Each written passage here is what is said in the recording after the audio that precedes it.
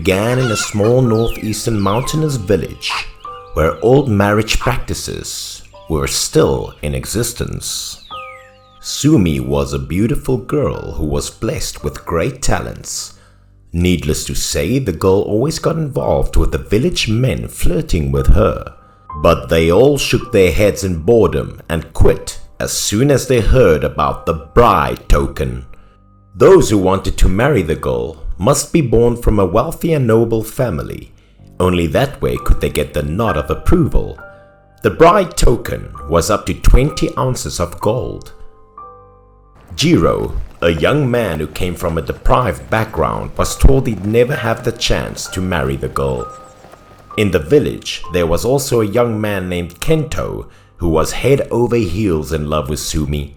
This man was not poor at all, but since the bride price was so expensive, everybody told him to give up. Despite being advised by his friends, the man still became agitated and walked away as they didn't support him marrying Sumi. In order to have Sumi, Kento made a promise to himself that he would get rich. He did everything to build relationships and make friends in high places. Now, as Kento had made a fortune for himself, he utilized his relationships to blind the ones in power as he contracted the wild mountainous area which was located 30 kilometers away from his village.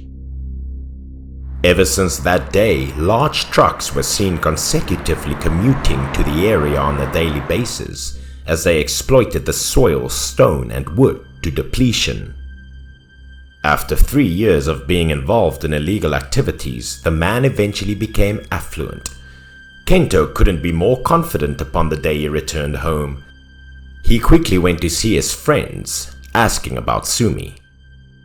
Kento told them that he had become a billionaire. Since money was no longer an issue, he returned to propose to Sumi. His friends immediately said the bride token had been 5 times bigger compared to that 3 years ago. But the calm expression was still on his face as he showed them a thick cowhide bag while letting out a smirk. About Jiro, the poor guy. After a long period of time of hard work, the man ended up saving a great amount of money to marry Sumi. However, Sumi's mother bluntly refused, saying that it was the story of 3 years ago, and now as her daughter was in the age of getting married, considering how many families wanted to have her as their daughter-in-law, this amount of money Jiro had was inadequate. The woman didn't even let him finish his 3rd sentence as she kicked him out of the house and threw his money onto the ground. Not knowing what to do, Jiro picked up each and every precious coin then left. He couldn't hide the sorrow on his face. At that time, Jiro was still hoping that he would marry Sumi, but the thought instantly faded away when he saw Kento approaching Sumi's house. The man couldn't do anything under the circumstances, neither did he have any money nor power to get in Kento's way. And what goes around comes around. Kento paid the bride wealth to the family and finally had Sumi as his wife. A couple of days later, fireworks went off as a grand wedding took place. The whole village was prevailed with an uproarious atmosphere. Cars were placed bumper to bumper, while everyone was eager to witness the wedding of the rich.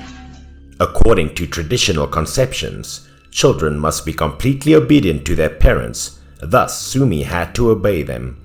She reluctantly married Kento. After the grand wedding to Sumi, marriage life was truly a hell on earth.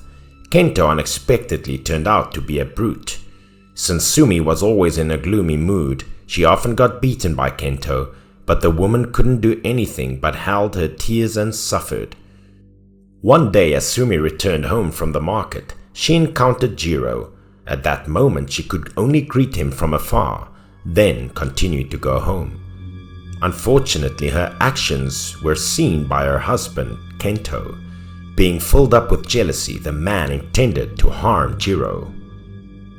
That afternoon, Kento went to see Jiro and offered him a job at his quarry.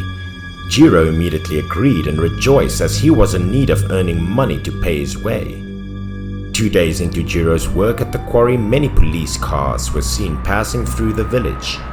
According to the 2 workers who worked at the quarry, they coincidentally found out a corpse after their shift.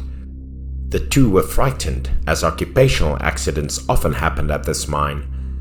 The dead man was believed to fall from a mountain slope and had his body pierced with a sharp rock. One side of the face was completely deformed, but one could still recognize it and knew that it was Jiro. Having no relatives, Jiro had his funeral conducted poorly while his body was buried in the forest. That day after Jiro's funeral, Kento quickly returned home. The man panicked as soon as he opened the door. There was a figure of a man appearing before his eyes as it slowly walked into his house. The shadow also looked identical to that of Jiro. It suddenly vanished after Kento rubbed his eyes. He took a deep breath, then carefully walked into the house. Kento asked his wife if she saw anyone coming in, but she merely shook her head and said no. The man stayed up through the whole night as he was filled with great fear. As the night progressed, he could not sleep as he felt guilty with the horrific crimes he had done. The next morning, Kento brought a lot of money to a shaman in the village, asking for help. The shaman didn't care about anything but money. He told Kento to use dog blood and spill it on Jiro's grave. Only after using it would the calamity be over. Dog blood would trap Jiro's soul, making it unable to escape from the grave. Kento immediately went to a dog slaughterhouse to buy blood.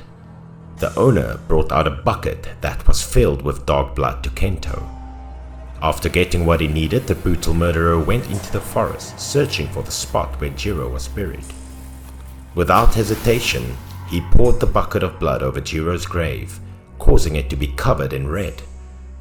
Kento didn't even have a twitch of guilt as he put on a sadistic smile. The blood spread all over the grave and then absorbed into the sand. In no time, the grave was completely covered with blood. Afterwards, the man calmly returned home. Despite having committed another crime, Kento felt no remorse as he acted like nothing had happened. That night, the man could finally sleep well. As it struck midnight, Kento suddenly felt like there was something like a hand touching his face. All of a sudden, the room was filled with a stench which awoken him instantly. But as soon as he got up, he was scared to death by the thing he saw as he screamed in panic. The man gasped in horror, seeing the horrific scene right next to him. It was not Sumi who was lying next to him. Instead, it was Jiro, with a creepy looking face that was badly deformed. Jiro's face was covered with blood.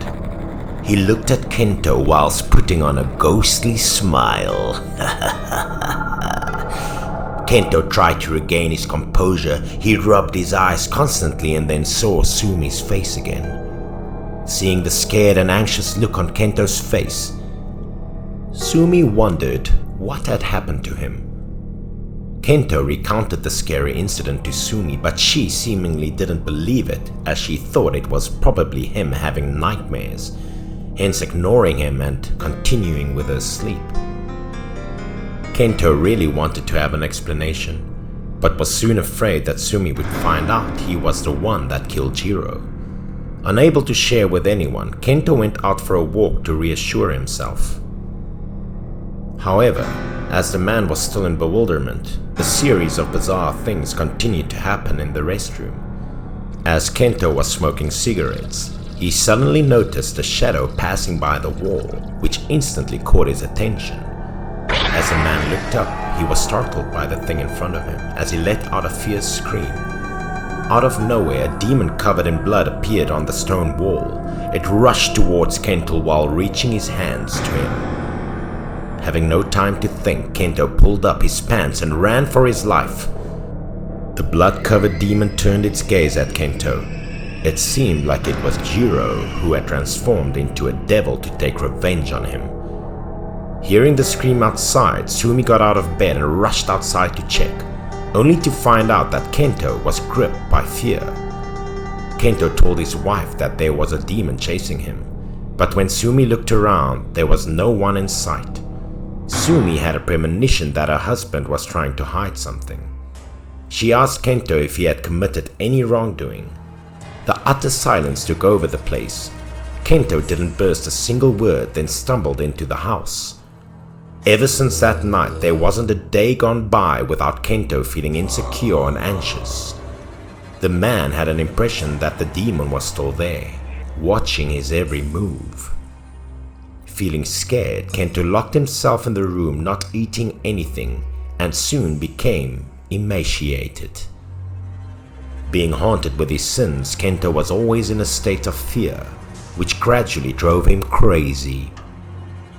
Being unable to put up with misery, Sumi made an escape, eventually freeing herself from a brutal husband.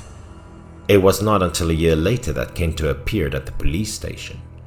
The man gave himself up to the police as he admitted all the crimes he had committed and confessed it was him who pushed Jiro off the cliff. About Sumi, she moved to the city a few years later and got engaged with a man whose face was identical with that of Jiro.